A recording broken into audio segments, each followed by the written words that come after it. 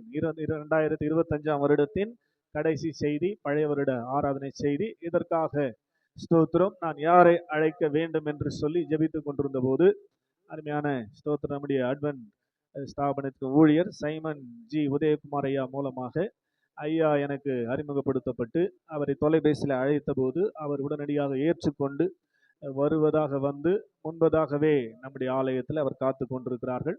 அருமையான ஐயா அவர்கள் மப்பேடு பகுதியில் இருந்து கொண்டு எம்பிடி ஊழியங்கள் என்று சொல்லி ஒரு ஊழியத்தை நிறுவி நடத்தி கொண்டிருக்கிறார்கள். அவர்கள் இந்த நாட்களிலே நம்மத்தில் வந்திருப்பது மிகுந்த சந்தோஷம். ஆமேன்னு சொல்லுங்க. அல்லேலூயா. அவர் வரும்போதே என்னை விஷ் பண்றதுக்காக கிறிஸ்மஸ் கிஃப்டோட வந்துக்கிறாரு. ஸ்தோத்திரம். அல்லே சொல்லுங்க. அல்லேலூயா. அதனால் ஐயாவை ஸ்தோத்திரம் வரவேற்க போகிறோம். கையை தட்டி அருமையான எவாஞ்சலிஸ்ட் டேவிட் ஜெயக்குமார் அவர்களை கரங்களை தட்டி வரவேற்போம். அவர்கள் வந்து இந்த பழைய வருட ஆராதனையின் செய்தியை கொடுப்பார்கள்.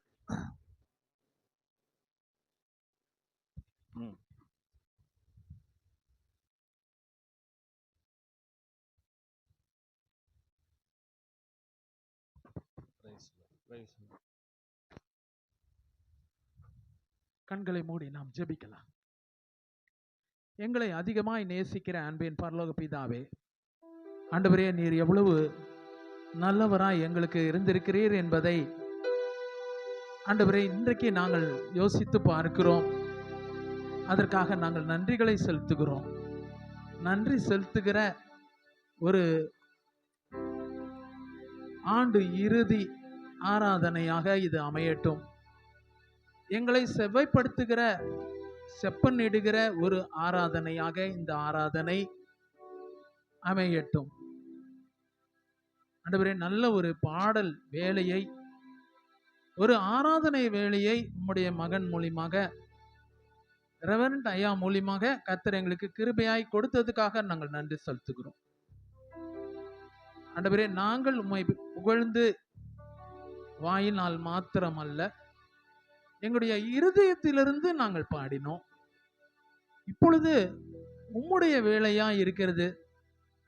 ஒரு பிரசங்கியாருடைய நேரம் அல்ல, ஒரு ஊழியக்காரனுடைய நேரம் அல்ல, என்னுடைய வேலையும் அல்ல, உம்முடைய நேரமா இருக்கிறது. கர்த்தர் என்ன பேச சித்தம் வைத்திருக்கிறீரோ அதை மாத்திரம் வார்த்தையின் மூலியமாக, வசனத்தின் மூலியமாக சொல்ல அடியானுக்கு உதவி செய்யுங்க. என்னை மூடி மறைத்து கொள்ளுங்க. எங்களுடைய செவிகளும் எங்களுடைய இருதயங்களும் தேவனுடைய வார்த்தைக்கு திறந்திருக்கட்டும்.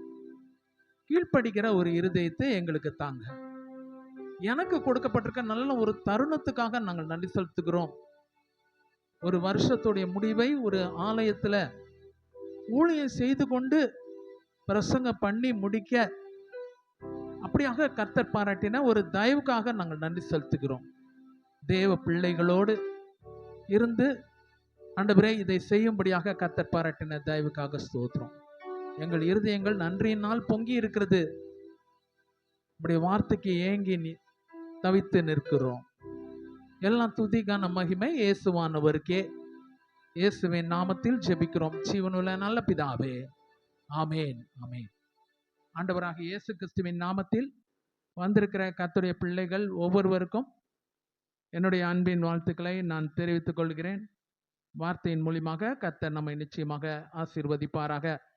எனக்கு கர்த்தர் கொடுத்த நல்ல ஒரு தருணத்துக்காக, ஒரு வாய்ப்புக்காக நான் தேவனுக்கு நன்றி செலுத்துகிறேன். என்னை அன்போடு அழைத்த போதகரையா அவர்களுக்கு என்னுடைய நன்றியை நான் தெரிவித்துக் கொள்கிறேன். ரெவரண்ட் பெர்னார்ட் ஜேம்ஸ் ஐயா அவர்களுக்கு என்னுடைய நன்றியை நான் தெரிவித்துக் கொள்கிறேன். கமிட்டி அங்கத்தினர் அத்தனை பேருக்கும், செயலாளர், பொருளாளர் அவர்களுக்கும் என்னுடைய நன்றியை நான் தெரிவித்துக் கொள்கிறேன். வார்த்தையின் மூலியமாக கர்த்தர் நம்மை நிச்சயமா ஆசீர்வதிப்பார்னு சொல்லி நான் உறுதியாய் நம்புகிறேன். 2 கொரிந்தியர் புஸ்தகம் 5வது அதிகாரம் 17வது வசனத்தை ஒருத்தர் படிக்கலாமே. 5:17 2 கொரிந்தியர்.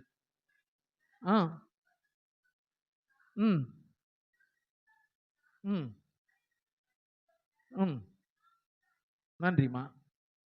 இதுதான் கர்த்தர் இன்னைக்கு நமக்கு கொடுத்த, நமக்கு தெரிந்த ஒரு வசனம். காலகாலமாக நம்ம தியானித்து இருக்கிறோம். இப்படி இருக்க ஒருவன் கிறிஸ்துவுக்குள் இருந்தால் புது சிருஷ்டியா இருக்கிறான். பழையவைகள் எல்லாம் ஒழிந்து போயின, எல்லாம் புதிதாயின. அந்த 2வது பகுதியை தான் நான் உங்களுக்கு இன்னைக்கு செய்தியாக வழங்க இருக்கிறேன். பழைய வருட ஆராதனையில பேசணும்னு சொல்லி ஐயா கூப்பிட்ட போது, நான் ஜெபித்த போது கர்த்தர் என் உள்ளத்துல வைத்த வசனங்கள் இன்றைக்கு உங்களுக்கு முன்பாக நான் வைக்க சுருக்கமாக எனக்கு கொடுக்கப்பட்டிருக்க நேரத்துக்குள்ளாக நான் முடிச்சிருவேன்.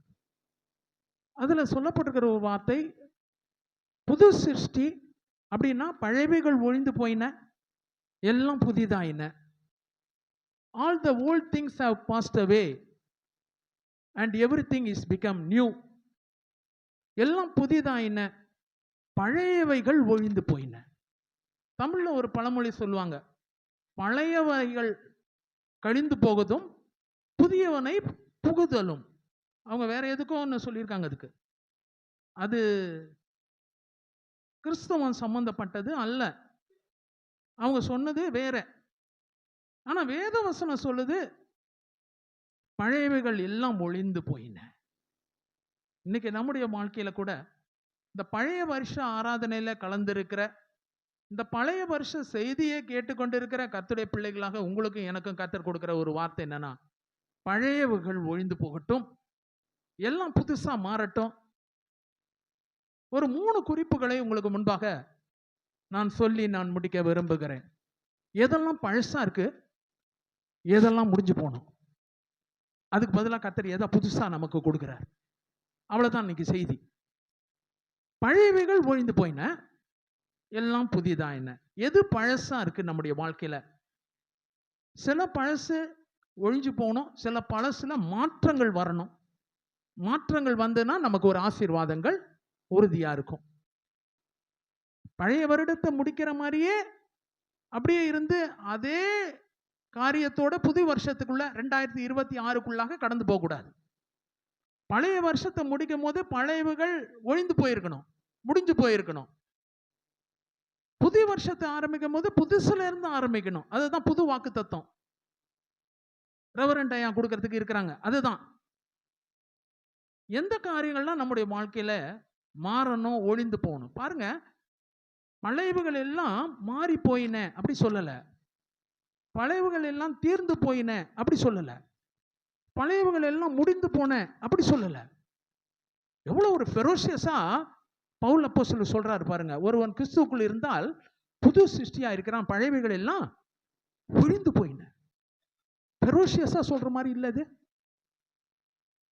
இல்லைன்னா எவ்வளவு காழ்ப்புணர்ச்சியோடு அந்த பழசு மேல இருக்கிறார் பாருங்களேன் அவருக்கு. நம்ம எதை ஒழிந்து போவோம்னு யாராவது சொல்லுவோமா? டேய் நீ ஒழிஞ்சு போ, ஏய் நீ ஒழிஞ்சு போ, இந்த பிரச்சனை ஒழிஞ்சு போ, இந்த வியாதி ஒழிஞ்சு போ சொல்றோம்ல. எது நமக்கு பிடிக்கலையோ அது மேலதான் ஃபெரோஷியஸ் காட்டுவோம் இல்லையா? மற்றபடி என்ன சொல்லுவோம்? இது மாறி போட்டோம், இது தீர்ந்து போட்டோம், இது முடிஞ்சு போட்டோம் அப்படி சொல்ல. ஒழிஞ்சு போயின, ஒழிஞ்சு போயின. அவருடைய வெறியையும் மூர்க்கத்தையும் அவருடைய வல்லமையும் அதிகாரத்தையும் அதுல காட்டுறாரு. பழையவைகள் எல்லாம் ஒழிந்து போய். இன்னைக்கு கர்த்தர் உங்களை என்னையும் பார்த்து சொல்றாரு, பழையவைகள் எல்லாம் ஒழிஞ்சு போயிடும். நீங்க புதுசா உள்ள நுழையும் போது 2026ல எல்லாம் புதுசா மாறிடும். அதுதான் உண்மை பிரியமானவர்களே. ஆமா, இது ஒரு ஆவிக்குரிய செய்தியாக நான் இதை வைத்திருக்கிறேன். ரோமர் புஸ்தகம் 6வது அதிகாரம் 6வது வசனத்துல முதல் குறிப்பு, எது பழசா இருக்கு? ரோமர் 6:6 படிக்கலாமே.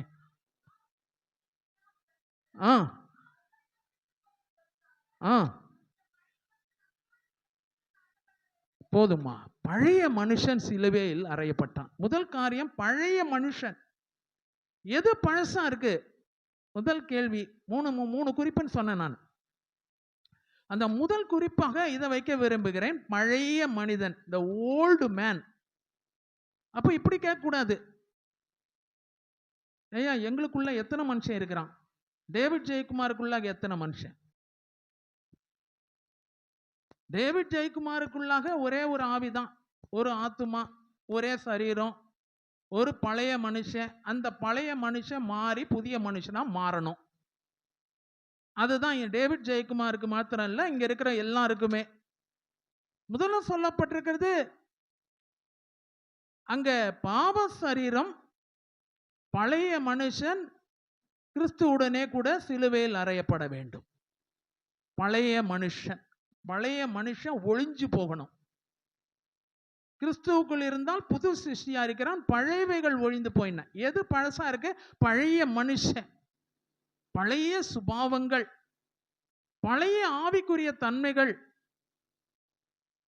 மேற்கொள்ள முடியாது இருக்கிற ஒரு பாவ சரீரம், அது ஒளிந்து போகணும்னு சொல்லி பவுல் அங்க வலியுறுத்துகிறதே பார்க்கிறோம். சில வசனம் மட்டும் படிக்க சொல்லுவேன், அது மட்டும் படிச்சா போதும், ஏன்னா நேரம் இல்லைன்னு காரணத்தினால. கலாத்தியர் 5வது அதிகாரம் 22 படிக்க வேண்டாம். அது சொல்லப்பட்டிருக்குது, கிறிஸ்துவனுடையவர்கள் தங்கள் மாம்சத்தையும் அதன் ஆசை இச்சையும் சிலுவையில் அறைந்திருக்கிறார்கள்.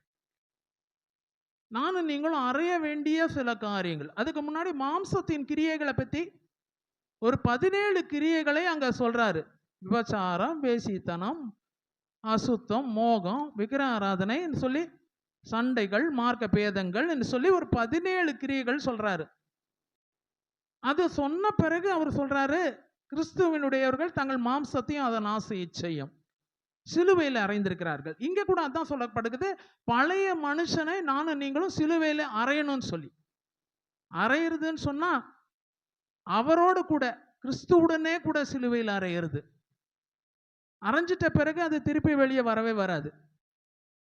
இயேசுவானவரை சிலுவையில் அறைந்தாங்க, பிலாத்து ஒப்பு கொடுத்தான், ரோம போர் சேவகர்கள் அறைந்தார்கள். அப்புறம் அறைந்த சிலுவையிலிருந்து இயேசுவானவருடைய சரீரம் அங்கே கேட்டு வாங்கி அதுக்கு பிறகு அங்கிருந்து இறக்கி விடப்பட்டது. கல்லறைக்கு போறதுக்கு அதுவா தானா வரல. அங்க இருந்த கர்த்தருடைய பிள்ளைகள் அதை செய்தார்கள். ஒரு சீலையில சுற்றி அதை கல்லறைக்குள்ளாக, புது கல்லறைக்குள்ளாக வைத்தாங்க. அறையப்படுறதுன்றது அதுதான். Once it is nailed then it will not recover. அது ஒரு தடவை அறையப்பட்டுச்சுன்னு சொன்னா அது தான் உயிர் பெற்று வராது, அது தானாக இறங்கி வராது, அதை யாராவது இறக்கி விட வேண்டும். அதுதான் அறையப்படுறதுன்றது அர்த்தம். இன்னைக்கு கர்த்தர் உங்களுடைய பாவ சரீரத்தை, பழைய மனுஷனை சிலுவையிலே அறையறதுக்கு அழைப்பு விடுக்கிறார். இதுதான் பழைய வருட ஆராதனை. பழைய வருஷத்துல என்னையா சொல்ல போறீங்க? பழைய மனுஷனை சிலுவையில கிறிஸ்துவுடனே கூட அறைவதற்கு கர்த்தர் இன்னைக்கு ஒப்பு கொடுக்கிறோம். ஒருவேளை நீங்க கேட்கலாம், பழைய மனுஷன் சொல்லி திருப்பி சொல்லிட்டு இருக்கீங்களே, பழைய மனுஷன்னா என்ன? ஒரு கேள்வி வருது இல்ல. What is the old man?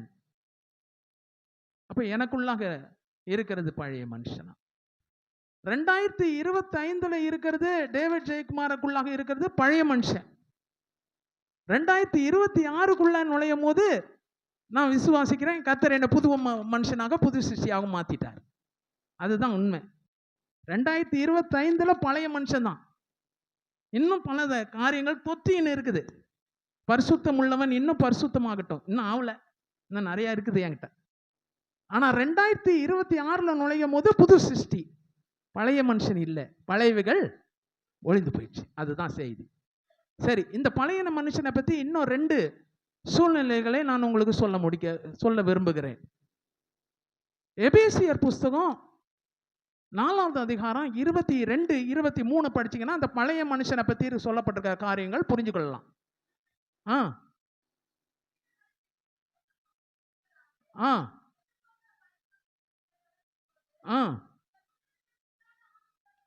ஆமா.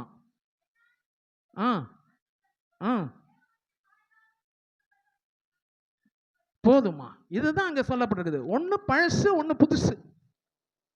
அங்க முன்னாடி பார்த்த ரோமர் 6:6 அவர் சொல்றாரு, பழைய மனுஷனை கிறிஸ்துவுடனே கூட சிலுவையில் அறைந்துருங்க, அது திருப்பி எழும்பி வரவே வராது. அதனாலதான் அறையறதுக்கு சொல்றாரு. சிலுவையை சுமக்கிறதுக்கு சொல்லல, சிலுவையில் அறையப்படுறதுக்கு சொல்றாரு.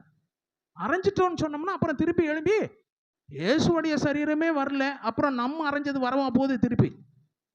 இயேசுவானவருடைய சரீரம் இருக்கிறதுலே கிரேட்டஸ்ட் இல்லையா?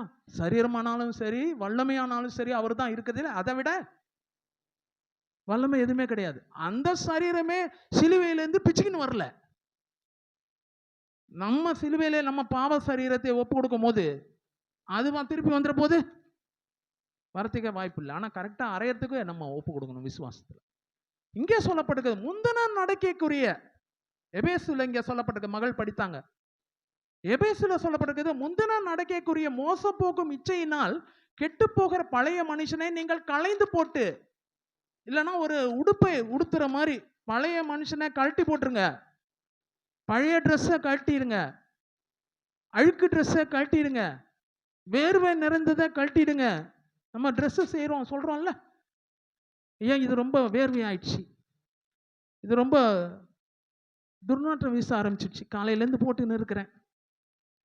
பழைய மனுஷனை நீங்கள் களைந்து போட்டு உங்கள் உள்ளத்தில் புதிதான ஆவி உள்ளவர்களாகி தேவனுடைய சாயலாய் சிருஷ்டிக்கப்பட்ட புதிய மனுஷனை தரித்து கொள்ளுங்கள். அதுதான் மெய்யான நீதியிலும் பரிசுத்தத்திலும். அதுதான் புதிய மனுஷன். ஒருவேளை நீங்க கேட்கலாம், இதெல்லாம் நடக்கிறதுக்கு சாத்தியமா ஐயா? இதெல்லாம் நடக்குமா? இது வரைக்கும் நடத்தி இருக்கிறாரே. ஒவ்வொரு வருஷத்துலயும் பழையது போயிடுச்சு, புதுசு வந்துக்கிட்டு தானே இருக்கு. ஒவ்வொரு வருஷமும் நடந்தது இல்லை. 2024 இருந்த பழைய மனுஷன் 2025 இல்லை. 2025 இருந்த பழைய மனுஷன் 26 இருக்க போறதும் இல்லை. அதுதான் உண்மை இல்லை? 2024 இன்னும் குரூடா இருந்தோம், இன்னும் கெட்ட பழக்க வழக்கங்கள் நிறைய பிடிச்சிக்கின்னு இருந்தது. ஆனா 2026 25 அதெல்லாம் இல்லை. எவ்வளவு ரிஃபைன் பண்ணிட்டாரு, சுத்திகரிச்சிட்டாரு, புடமிட்டு இருக்காரு, வெண்மையாக்கி இருக்கிறாரு, தூய்மையாக்கி இருக்கிறாரு.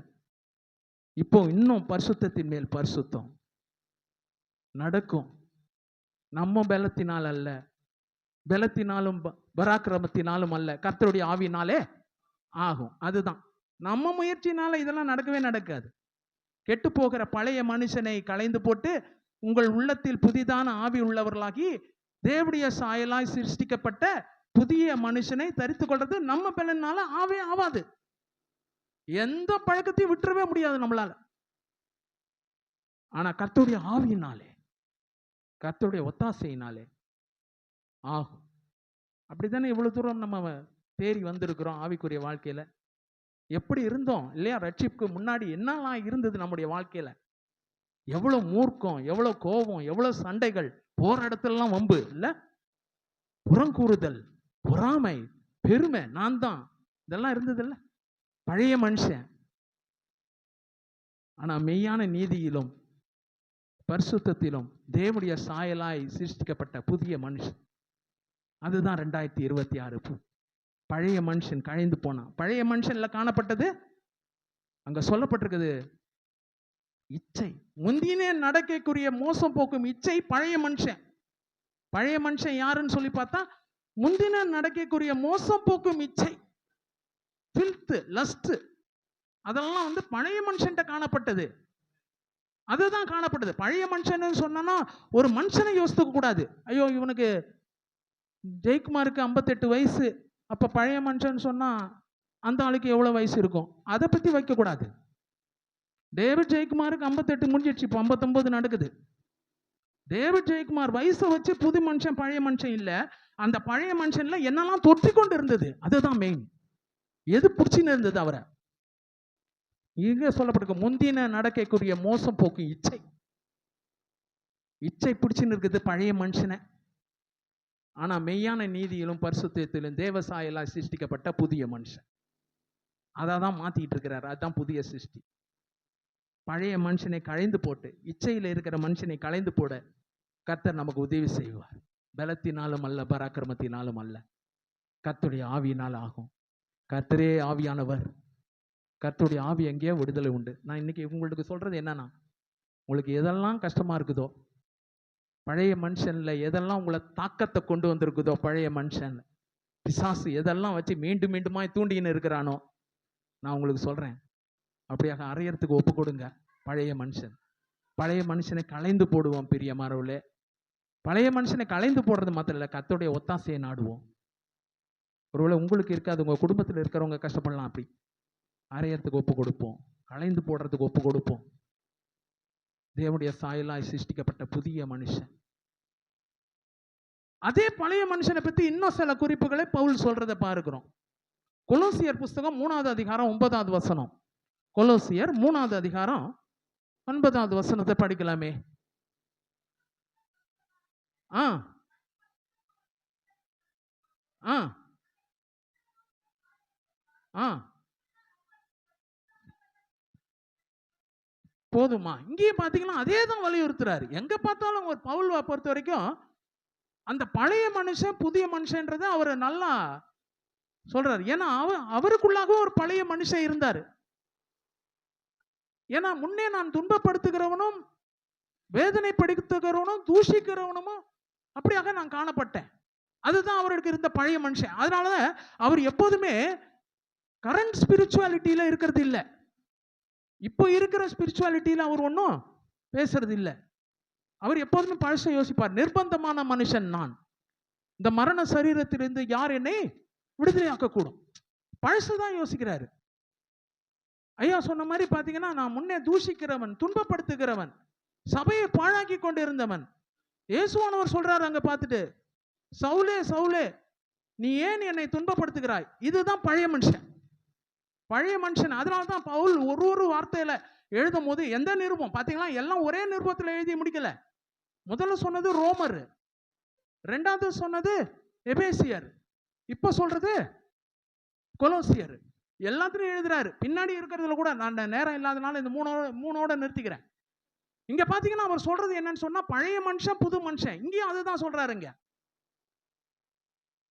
ஆனா இந்த இடத்துல வரும்போது அவர் சொல்ற காரியம், புதிய மனுஷனை தரித்துக் கொள்ளுங்கள், பழைய மனுஷனை களைந்து போடுங்கள்.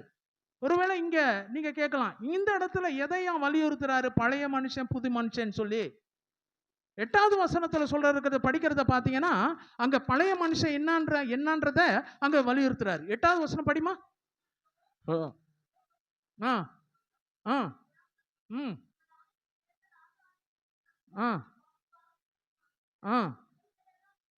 போதுமா? இதுதான் பழைய மனுஷன். இதெல்லாம் இருந்ததுன்னா நம்முடைய வாழ்க்கையில இன்னும் பழைய மனுஷன் உயிரோடு இருக்கிறான்னு அர்த்தம், செத்து போகல. இந்த பழைய மனுஷனை தான் களைந்து போடுங்கன்னு சொல்றாரு. கோபமும் மூர்க்கமும் வம்பும் புத்தியீனமான பேச்சும் பரியாசங்களும் சண்டைகளும் அதுல சொல்லப்பட்டிருக்கிற பொறாமைகளும் எல்லாம் இருக்குது பாருங்களேன். எல்லாம் பயங்கரமான காரியங்கள் எல்லாம். இதுதான் அங்க சொல்லப்பட்டிருக்கிறது பழைய மனுஷனை பிடிச்சிக்கிட்டு இருக்கிறது. கர்த்தர் இன்னைக்கு அதுதான் நானும் நீங்களும் களைந்து போடணும்னு சொல்றாரு. இப்போ ரொம்ப கிளியர் ஆகுது. முதல்ல சொல்லும் போது கொஞ்சம் வேகா இருந்தது. பழைய மனுஷனை சிலுவையில் அறையுங்கள்னு சொல்லும் போது கொஞ்சம் தெளிவு இல்லாம இருந்தது. அடுத்தது சொல்லும் போது மோசம் போகும் இச்சைன்னு சொல்லும் போது இன்னும் கூட நம்முடைய வாழ்க்கையில ஒரு தெளிவு இல்லாம இருந்தது. மெய்யான நீதியிலும் பரிசுத்தத்திலும் நீங்க தேவ சாயலாய் சிருஷ்டிக்கப்பட்ட புதிய மனுஷனை தரித்து கொள்ளுங்க. புதிய மனுஷன் மேல நமக்கு ஒரு ஆசை வந்துடுச்சு.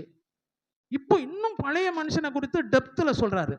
வெறுமே அந்த வசனம் மட்டும் 9 மட்டும் படிச்சா போதாது. எப்போதுமே அந்த பேசேஜ் எடுத்தா கான்டெக்ஸ்ட்னு சொல்லுவாங்க. அதுக்கு முன்னாடி இருக்கிற 2 வசனம், அதுக்கு பின்னாடி இருக்கிற 2 வசனங்களை படித்தா நமக்கு தெளிவு தானாவே வரும். அதான் பைபிள் படிக்கிற ஒரு விதம், கான்டெக்ஸ்டுவல் ஸ்டடி அப்படின்னு சொல்லுவாங்க. இதுதான் உண்மை. முன்னாடி இருக்கிற வசனத்தில் பார்த்தீங்கன்னா அவர் சொல்றாரு பாருங்களேன். அவர் சொல்லுகிற பல காரியங்கள் என்னன்னா, மெய்யான நீதியிலும் பரிசுத்தத்திலும் தேவ சாயல்னு சொல்லப்பட்டிருக்குது. ஆனா இப்போ கொலோசியர்ல இங்க சொல்லப்பட்டிருக்கிற காரியம் என்னன்னு சொன்னா, கோபம் மூர்க்கம் பொறாமை உங்கள் வாயில் பிறக்கலாகாத தூஷணமும் வம்பு வார்த்தைகளையும் விட்டு விடுங்கள், ஒருவரை ஒருவர் பொய் சொல்லாதிருங்கள். 9வது வசனத்துல அது முடியுது. பொய், வம்பு, தூஷணம், கோபம், மூர்க்கம். கோபத்துக்கும் மூர்க்கத்துக்கும் வித்தியாசம் இருக்குது. கான்ஸ்டண்டா இருந்ததுன்னா கோபம், கோபத்துக்கும் மூர்க்கத்துக்கும் வித்தியாசம் இருக்கு. மூர்க்கத்துக்கு ரஃப்னஸ்ன்னு சொல்லுவாங்க. திடீர்னு கோபப்படுவாங்க சிலர். அந்த கோபம் இருந்துக்கிட்டே இருக்கும். அது ஆயுளுக்கும் இருக்கும். அது கோபம். மூர்க்கம்னா அப்படி இல்லை, அந்த நேரம் மட்டும்தான். கொண்டா இதை அப்படி பிடுங்குவாங்கல்ல, அது என்னவா இருக்குது? மூர்க்கம். ஏதோ ஒன்று வச்சிருக்கிறோம், கொடுக்க போறோம், எவ்வளவு நிறைய வச்சிருப்பா, கொண்டாத மூர்க்கம். நாய் தான் அந்த மாதிரி கத்தும் இல்லையா? நல்லா தான் இருந்துன்னு இருக்கும், திடீர்னு அப்படின்னு, அதுதான் மூர்க்கம் இல்லையா? கோபம் அப்படி இல்லை, கோபம் இருந்துகிட்டே இருக்கும். சில நேரத்தில் சொல்லுவோம்ல, இன்னும் கூட கோபம் அடங்கலை, ஜாக்கிரதையா இரு, கிட்ட கிட்ட போயிடாத சொல்கிறோம் இல்லைங்களா? சைலண்டாக தான் இருப்பாங்க, ஆனால் கோபம் இல்லைன்னு சொல்லி சொல்ல முடியாது. இதுதான் பவுல் உள்ள எழுதுறார். பழைய மனுஷன்ல தொத்தின்னு இருக்குதான். பழைய மனுஷன்கிட்ட காணப்பட்ட கோபமும் மூர்க்கம், வாயிலிருந்து வம்பு, புத்தியீனமான பேச்சு, பல காரியங்கள், பொறாமை. கடைசியில் அது 9வது வசனத்தில் கொண்டு வந்து ஏற்றி நிறுத்துறாரு. ஒரு காரை ஏற்றி நிறுத்துற மாதிரி ஏற்றி நிறுத்துறாரு. பொய் அவனுடைய வாழ்க்கையில. இதெல்லாம் பழைய மனுஷன். பழைய மனுஷனை களைந்து போட்டு புதிய மனுஷனை தரித்து கொள்ளுங்க. அப்ப புதிய மனுஷன்னா என்ன? அடுத்த வசனத்துக்கு சொல்லப்பட்டிருக்கு பாருங்க. 10வது வசனத்துல சொல்லப்பட்டிருக்குது புதிய மனுஷன். அதுதான் நானும் எனக்கும் உங்களுக்கும் இருக்கணும். ஆமா, எதை தரித்து கொள்ளணும்? புதிய மனுஷனை தரித்து கொள்ளுங்கள். அடுத்த வசனம் 10வது வசனத்துல எதை தரித்து கொள்ளணும்னு சொல்லி சொல்றாரு, படிங்கம்மா.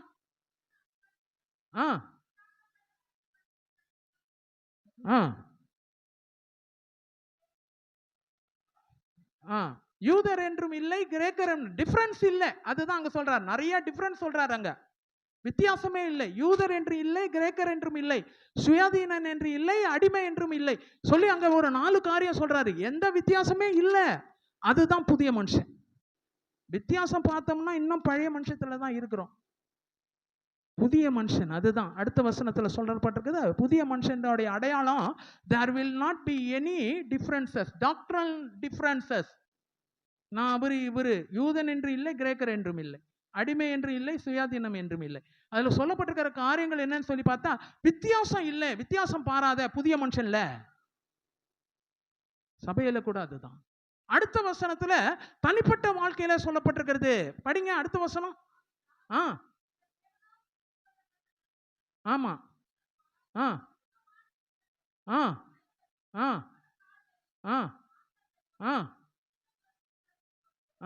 தரித்து கொள்ளுங்கள். புதிய மனுஷனை தரித்து கொள்றதுன்னா இதுதான் புதிய மனுஷன். ஆவிக்குரிய கனிகள் பத்தி, ஆவிக்குரிய கனி பத்தி சொல்லப்பட்டிருக்குது. கலாத்தியர் 5வது அதிகாரம் அங்க கடைசியில சொல்லப்பட்டிருக்க அதே ஆவியின் கனியை இங்க பவுல் மீண்டுமா ரிப்பீட் பண்றாரு. இங்க திருப்பி தயவு, நீடிய பொறுமை, சாந்தம், அன்பு எல்லாத்தையும் சேர்த்து சொல்றார். அவைகளை நீங்க என்ன செய்யுங்க? தரித்து கொள்ளுங்கள். புதிய மனுஷனை தரித்து கொள்றதுன்னா இந்த குணாதிசயங்களை நீ தரித்து கொள்ளு.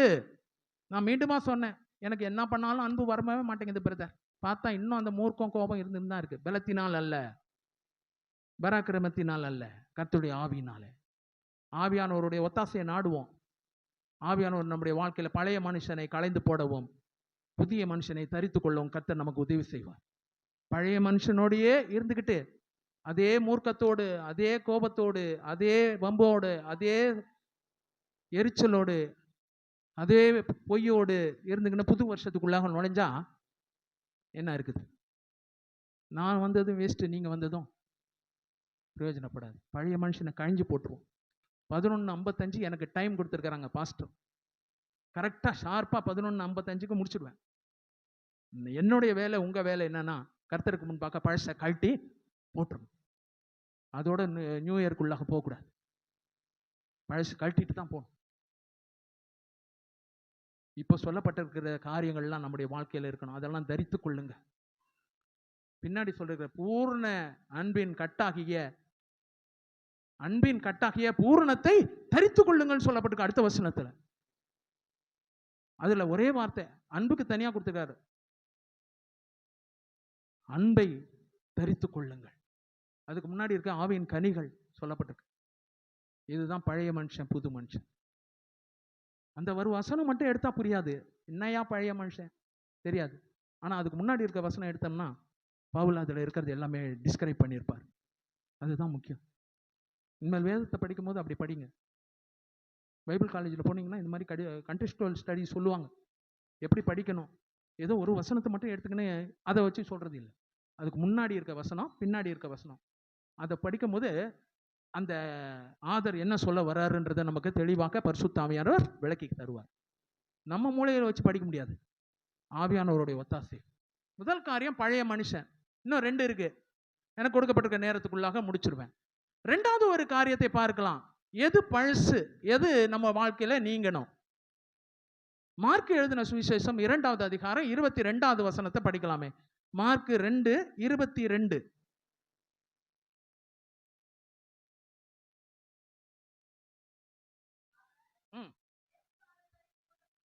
ஏமா மார்க் 2வது அதிகாரம் 22.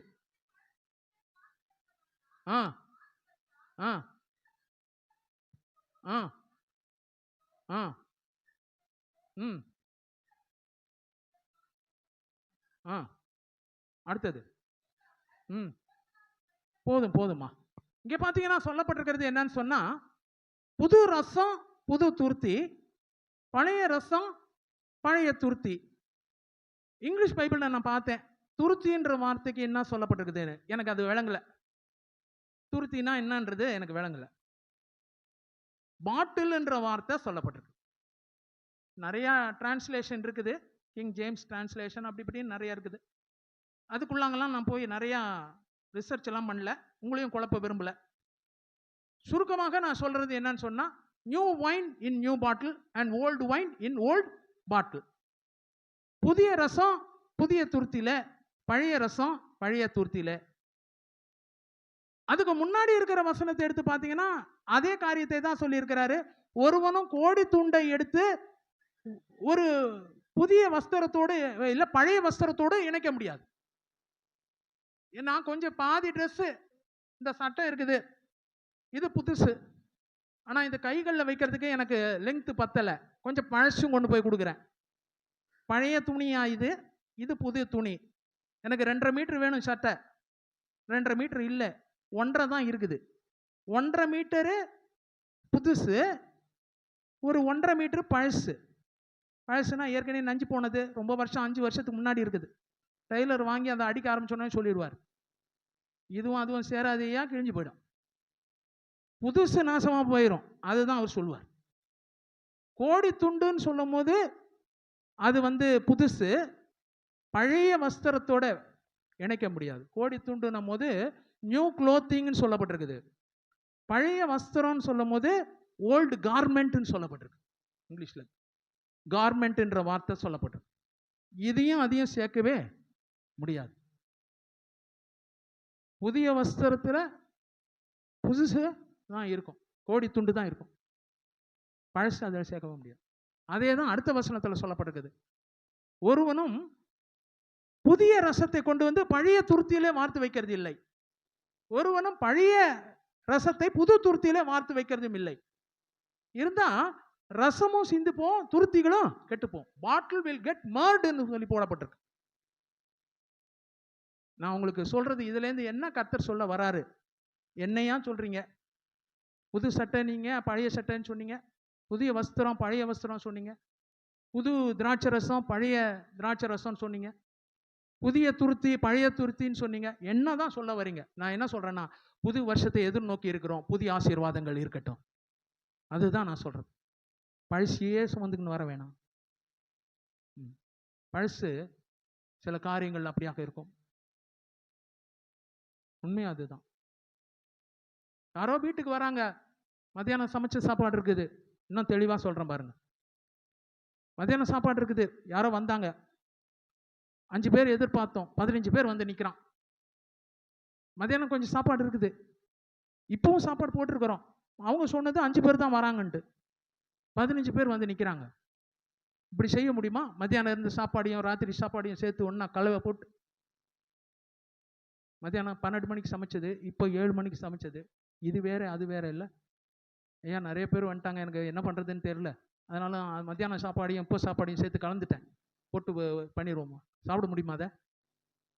அப்படிதான் 2026க்கு புது துருத்தி, புது திராட்சை ரசம், புது ஆசீர்வாதம், புது வருஷம் கர்த்தர் வைத்திருக்கிறார். இதுதான் உண்மை. பழசிலேயே இருக்கக்கூடாது. அந்த வருஷத்துல அப்படி நிறைய பேர் அப்படி சொல்லுவாங்க, சில கம்பேரிசன்லாம் சொல்றதெல்லாம் உண்டுலாம் நான் பார்த்துருக்கேன்.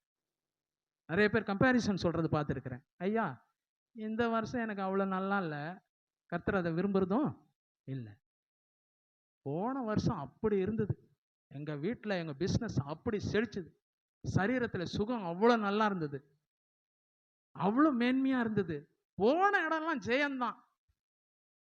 இல்லைங்க, கர்த்தருக்கு தெரியும் எல்லாம். புது திராட்சை ரசத்தை புது துருத்தியில வைக்கிறதுக்கு தேவன் விரும்புகிறார். புது திராட்சை ரசம்னா புது துருத்தியில தான் இருக்கணும். பழச கொண்டு புதுசுல ஊத்தணும்னா அந்த புது துருத்தி கெட்டு போயிடும், ரசம் சிந்தி போயிடும், எல்லாமே வீணா போயிடும். பாட்டிலும் கெட்டு போயிடும், திராட்சை ரசமும் கெட்டு போயிடும். இதுக்கு அது ஒத்து வராது. நல்லா புரிஞ்சுங்க. புது வருஷத்தை எதிர்நோக்கி இருக்கிறோம். உங்களை உற்சாகப்படுத்துறேன். புதிய ஆசீர்வாதங்களை தேவனத்திலிருந்து கேளுங்க. 2025 ரொம்ப நல்லா இருந்தது ஐயா. சிலர் இப்படி சொல்லுவாங்க, 2020க்கு போயிடுவாங்க, அப்போ எங்கேயோ நடந்தது. 20 ரொம்ப நல்லா இருந்தது ஐயா. இல்லைங்க, பழைய துருத்திங்க, பழைய ரசங்க, அது இல்லை. அதை கொண்டு புது ரசத்துல புது துருத்தியில ஊத்தி வைக்க முடியாது, மார்டு. நான் சில நேரம் சொல்லும் போது ஆவியானவர் சொல்றாரு, இந்த வருஷத்தை போல உனக்கு ஊழியம் இருந்துதான், வருஷத்தை முடிக்கும் போது கூட ஒரு ஊழியத்துல உங்களோட இருந்து தான் முடிக்கிறேன். ஒரு ஊழியக்காரனுக்கு அதை விட என்னங்க வேணும்? ஜீவனை கொடுத்தது பெருசு இல்லை. எங்க ஆலய ஆராதனையில போய் நான் உட்கார்ந்துட்டு கை தட்டிட்டு அங்க தேவனை மகிமைப்படுத்துறதுக்கு இல்லை, கர்த்தர் இங்க உங்களுக்கு பிரசங்கிக்கிறதுக்கு, பழைய ஏற்பாடு பழைய ஆராதனையில பேசுறதுக்கு கர்த்தர் வைத்திருக்கிறார். பெர்னாட் ஐயாவோட சேர்ந்து பழைய வருஷத்தை முடிக்கும் போது ஊழியம், புது வருஷத்தை ஆரம்பிக்கும் போதும் அதுதான். ஒரு ஊழியக்காரனுக்கு அதுதான் மேன்மை. 2020 அப்படி இருந்ததுன்னு சொல்லாத. 2025 வேற, 26 புது துருத்தி, புது திராட்சை ரசம், கோடி துண்டு கர்த்தர் வேற வச்சிருக்கிறார். கடைசியாக ஒரே ஒரு காரியத்தை சொல்லி நான் என் நேரத்துக்குள்ளாக முடிக்க விரும்புகிறேன். 2 கொரிந்தியர் புஸ்தகம் 5வது அதிகாரம் படிக்கலாமே. 7வது வசனம். ஏமா 1 கொரிந்தியர் 5 7வது வசனம். 1 கொரிந்தியர் 5:7 படிங்கம்மா.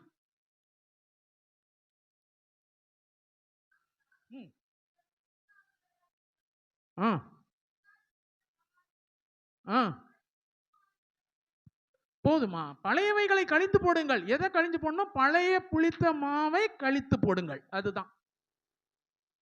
Remove the old லீவன். லீவன் என்ற ஒரு வார்த்தை சொல்லப்பட்டிருக்கு. இதுல 2 மாவு, அதுல நீங்க பாத்தீங்கன்னா தெரியும். ஒண்ணு பழைய புளித்த மாவு, அது எதுக்குமே பிரயோஜனப்படாது, அதை தான் கழிச்சு போடணும். அது அப்ப சொல்றதுக்கு பிரயோஜனப்படாது. புளித்தது எதுவுமே தேவன் அங்கீகரிக்கிறதே கிடையாது. 2வது புதிதாய் பிசைந்த மா, அது பேர் லம்புன்ற ஒரு வார்த்தை சொல்லப்பட்டிருக்கு இங்கிலீஷ் பைபிள்ல. லம்ப், LUMP, லம்புன்ற ஒரு வார்த்தை புதிதாய் பிசைந்த மாவுக்கு சொல்லப்பட்டிருக்கிறது. லம்ப். பழைய பிசைந்த பழைய புளித்த மாவுக்கு கொடுக்கப்பட்டிருக்கிறது லீவன் என்ற ஒரு வார்த்தை சொல்லப்படுகிறது. லீவன். புதிதாய் பிசைந்த மாவு இருக்குது. நம்ம வீட்டில் எல்லாருக்குமே, தாயாரா இருக்கும் தெரியும், நம்ம எல்லாருக்குமே தெரியும். மாவு யூஸ் பண்றோம்ல, இட்லி தோசைக்கு யூஸ் பண்ற மாவு தான். இட்லி தோசைக்கு யூஸ் பண்றதுக்கு நம்ம மாவு யூஸ் பண்றோம், அது பேர் லம்ப். அதுல கொஞ்சோண்டு பழைய மாவு சேர்ந்துருச்சுன்னா, பழைய புளித்த மாவு சேர்ந்துருச்சுன்னா, நல்லா இருக்கிற லம்ப் இல்லைன்னு சொன்னா, நல்லா இருக்கிற புதிதா இருந்த பிசைந்த மா அதை கெடுத்து போட்டுறாது. எதை? அந்த பழைய புளித்த மாவை மாத்திராது, இது கெட்டு போயிடும். அதுதான்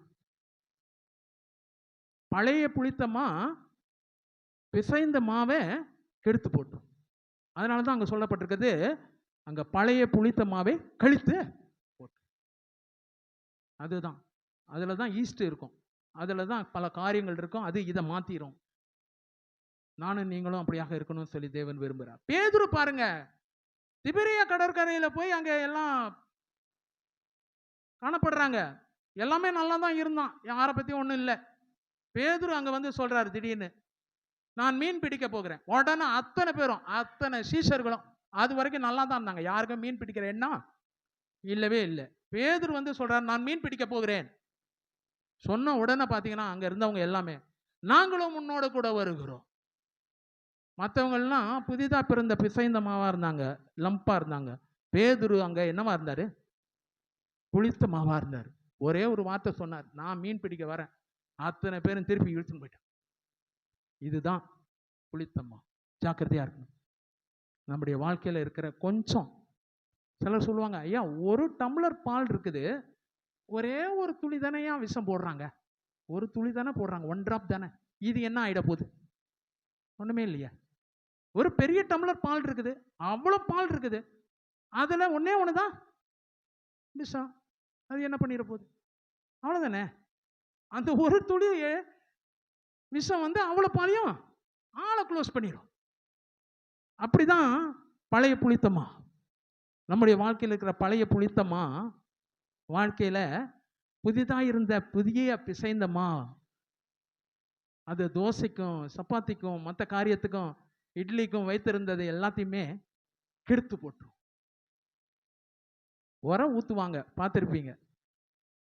நல்லா இருக்கிற பாலில் தயிரில் கொஞ்சோண்டு கொண்டாந்து அங்கே கொஞ்சம் புளிப்பு கொண்டாந்து சேர்த்து வச்சுருவாங்க. ஏன்னா அப்போ தான் அது தயிராக மாறும், இல்லைன்னா அது இருக்கிற பாலாகவே இருக்கும். ஆமாம், அதில் ஈஸ்ட் வேலை செய்யும், இல்லைன்னு சொன்னால் அதில் கொஞ்சம் கிருமிகள் வேலை செய்யும். வேலை செஞ்சுட்டு அடுத்த நாள் பார்த்தீங்கன்னா அது ஒரு தயிராக மாறிடும். அதுதான் புதிதாக இருக்கிற பிசைந்தம்மா நானும் நீங்களும். பழைய புளிப்பாக காணப்படுகிற காரியங்கள் ஏதாவது சின்னதா, நம்முடைய தோட்டம் பூவும் பிஞ்சுமா இருக்குது, அதுல இருக்கிற புலி நரிகளையும் சிறை நரிகளையும் பிடியுங்கள். அதுல இருக்க சிங்கத்தை புலியா புடினா சொல்லியிருக்காங்க.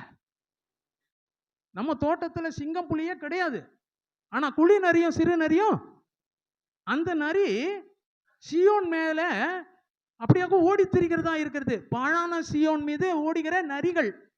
புலம்பல் புஸ்தகம் கடைசி 2 வசனம். சிறு நரியும் குள்ள நரியும் தான் நம்ம வாழ்க்கையை நாசம் பண்றது. பெருசை பத்தி யோசிக்க மாட்டோம் எப்போதுமே கிறிஸ்தவ பிள்ளைங்க. ஐயா நான் விபச்சாரம் செய்யல, நான் சாராயம் குடிக்கல, நான் திருடலை, நான் கொலை பண்ணல, நான் யாரையும் அடிக்கல, நான் ரவுடிசம் பண்ணல, எல்லாம் பண்ணல, பொறாமை எல்லாம் உள்ளுக்குள்ள. குழி நரி சிறு நரி, அதான் அதுதான் பழைய புளித்த மா. ஆவியானவர் சொல்றாரு, இன்னைக்கு எல்லாத்தையும் மாத்தி போடு, மாத்திடுன்னு சொல்றாரு. அடுத்த வசனம் படிக்கலாமே, அதோட நான் முடிக்க விரும்புகிறேன். துப்புரவு, அந்த வசனமா படி. ஆ ஆ ஆ ஆ ஆ இந்த பண்டிகை இல்லை, நியூ இயர் நமக்கு ஒரு பண்டிகை இல்லை, புது வருஷம் நமக்கு பண்டிகை. நம்மளை பொறுத்த வரைக்கும் ஈஸ்டரு, அதே நேரத்தில் கிறிஸ்மஸ், நியூ இயர், அதுதான். குட் ஃப்ரைடே நம்ம பண்டிகையாக எடுக்க முடியாது, ஏன்னா அதெல்லாம் நம்மளுடைய வாழ்க்கையில் நம்மையே சோதித்து ஆராய்ந்து இருக்கிற நாட்கள். பண்டிகையை ஆசரிக்கணுமா, துப்புரவு, தூய்மை, ட்ரூத்ஃபுல்னஸ் அண்ட் சின்சியாரிட்டின்னு சொல்லப்பட்டிருக்குது. அதுதான் இங்க நம்முடைய வாழ்க்கையில இருக்கிற புதிய பிசைந்தம்மா. ஆமா, பழைய புளிப்பு நிறைந்ததை நீக்கி போட்டுட்டு அப்பம் சுடுவதற்கு ஏற்றபடியாக பிசைந்தம்மா, புதிதாக பிறந்த பிசைந்த மாவை வைத்துக்கொண்டு பண்டிகையை ஆசரிக்க கடவுள். நாளைக்கு இப்பத்துல இருந்து இன்னொரு 5 நிமிஷத்துல பண்டிகை, 5 மினிட்ஸ் தான் இருக்கு, டைமுக்கு வந்துட்டோம், முடிக்க போறோம் இந்த வருஷத்தை. இன்னொரு 5 நிமிஷத்துல புத்தாண்டுன்ற ஒரு பண்டிகைக்குள்ளாக கர்த்தர் கிருபையா கொடுத்திருக்கிறார். புத்தாண்டை கொண்டாடுறேன்னு சொல்றதை விட கர்த்தரை கொண்டாடுறோம். அதுதான் என்னைக்குமே நம்ம புத்தாண்டை கொண்டாடுறது இல்லை, கிறிஸ்துமஸை கொண்டாடுறது இல்லை. எதா இருந்தாலுமே பண்டிகைன்னு சொல்லும் போது கர்த்தரை கொண்டாடுறது தான். கர்த்தர் தான் பண்டிகை, நல்லா புரிஞ்சுக்கிடணும், அதுதான் உண்மை. பழைய புளித்தமா களைந்து போடுங்க. புதிதா பிறந்த புதிதாய் பிறந்த பிசைந்தமா, லம்பு, புளிப்பில்லாத ஒரு சூழ்நிலை, அதுல பாத்தீங்கன்னா சொல்லப்பட்டிருக்குது துப்புரவு, உண்மை, சின்சியாரிட்டி அண்ட் ட்ரூத்ஃபுல்னஸ். ஒரு சபதம் எடுத்துப்போம் தேவனுக்குள்ளாக. அடுத்த வருஷத்துல வரும்போது நான் சொல்லணும், ஆண்டவரே நிறைய காரியத்துல துப்புரவு இல்லை, நிறைய காரியத்துல தூய்மை இல்லை, உண்மை இல்லை, நான் இருந்தேன். ஆனா 2026 நான் உட்கார்ந்துருக்கும் போது துப்புரவு, உண்மையை நான் வைத்துக்கொண்டேன். பழைய புளித்த மாவை நான் என்ன பண்ணிட்டேன், கழித்து போட்டேன். புதிதாய் பிறந்த பிசைந்த மாவாக காணப்பட்டேன். பண்டிகையோடு வந்தேன். அடுத்த வருஷம் இதை விட இன்னும் அதிகமாய் கர்த்தர் நம்மை சுத்திகரிப்பார். கண்களை மூடி ஜெபிக்கலாம். நேசிக்கிற நல்ல தேவனே, கொடுக்கப்பட்டிருக்க நேரத்துக்காக நாங்கள் நன்றி செலுத்துகிறோம். நல்ல ஒரு வாய்ப்புக்காக நன்றி. இந்த போதகர் ஐயாவை நான் முதல் தடவை பார்க்குறேன். ஆண்டவரே, கடல் கடந்து உங்களுடைய மகனை கொண்டு போகிற கிருபைக்காக ஸ்தோத்திரம். ஆண்டவரே, இன்னும் அவருக்கு வைத்திருக்கிற மேன்மையான காரியங்கள் ஆண்டவரே கர்த்தர் வைத்திருக்கிறதுக்காக ஸ்தோத்திரம். ஆண்டவரே, ஆவிக்குரிய ஒரு நல்ல ஒரு போதகராக, கண்டிப்பு நிறைந்த ஒரு போதகராக ஆண்டவரே கர்த்தர் எங்களுக்கு கிருபையாய் கொடுத்ததுக்காக நாங்கள் நன்றி செலுத்துகிறோம். இந்த போதகர் எப்படி இருப்பாருன்னு சொல்லி நான் எனக்குள்ளாகவே பல யோசனைகளோடு வந்தேன். ஆனா என் சொந்த மகனை போல, ஒரு பிள்ளையை போல நான் இருக்கிறாரு அவர் எனக்கு. அதுக்காக நான் நன்றி செலுத்துகிறேன். இந்த தகப்பன் மகன் உறவு என்றென்றைக்கு நீடித்திருக்க கிருபை தாரும். வாய்ப்புக்காக இல்ல, வாய்ப்புகளை கொடுக்கிறது எந்த போதகர் அல்ல. வாய்ப்புகளை என்ன பொறுத்த வரைக்கும் இந்த 20 வருஷமா கொடுத்தது சர்வ வல்லமையுள்ள தேவன் மாத்திரமே. அதற்காக நாங்கள் நன்றி செலுத்துகிறோம்.